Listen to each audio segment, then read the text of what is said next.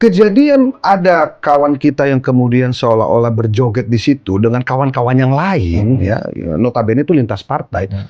Ya bahasa saya spontanitas, karena ada musik yang diputar di lantai 2 oleh adik-adik Universitas Pertahanan. Ada kebetulan ada yang main musik kan? Dan memang itu masuk dalam acara. Masuk dalam rundown. Membawakan lagu nasional. Dianggapnya begitu, kira-kira gitu. Ada hiburan dari Unhan, lagu nasional dan lagu apalah kira-kira begitu. Nah pada saat lagu itu, spontanitas kawan-kawan ini berjoget. Saya harus kasih catatan, saudaraku Mas Densu. Kalau DPR ini kan representasi masyarakat. DPR ini tidak tunggal loh. Kita ini berdiri mewakili banyak orang. Yang kita bagi di dapil-dapil kita masing-masing. Saya, Jakarta Barat, Jakarta Utara, Pulau Seribu. Daerah sini. Artinya aspirasi, meskipun cakupan tugas kita nasional. Gitu loh. Nah, yang saya ingin sampaikan gini.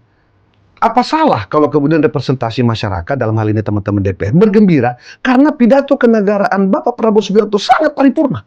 Sangat paripurna. Apa isinya pidatonya? 10 bulan kinerja beliau, semua luar biasa. Beliau bicara tentang soal hilirisasi, Pak. Ya. Hari ini kita tahu, Bang Densu, rata-rata kalau kita bicara potensi ekonomi selalu mulainya dari kota.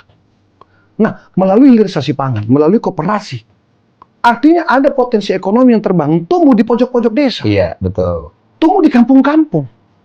Gitu loh. Selama ini dalam tanda petik terpinggirkan.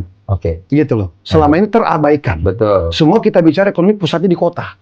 Itu yang dibicarakan saat itu? Saat itu. Belum lagi soal makanan bergizi gratis. Memang baru 2 juta.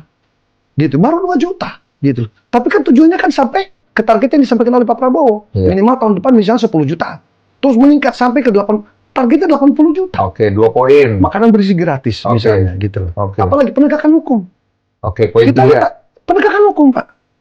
Ini ada 2 hal ya. Penegakan hukum terkait yang bahasanya orang itu ada istilahnya penegakan hukum hanya tajam ke bawah, tumpul ke atas.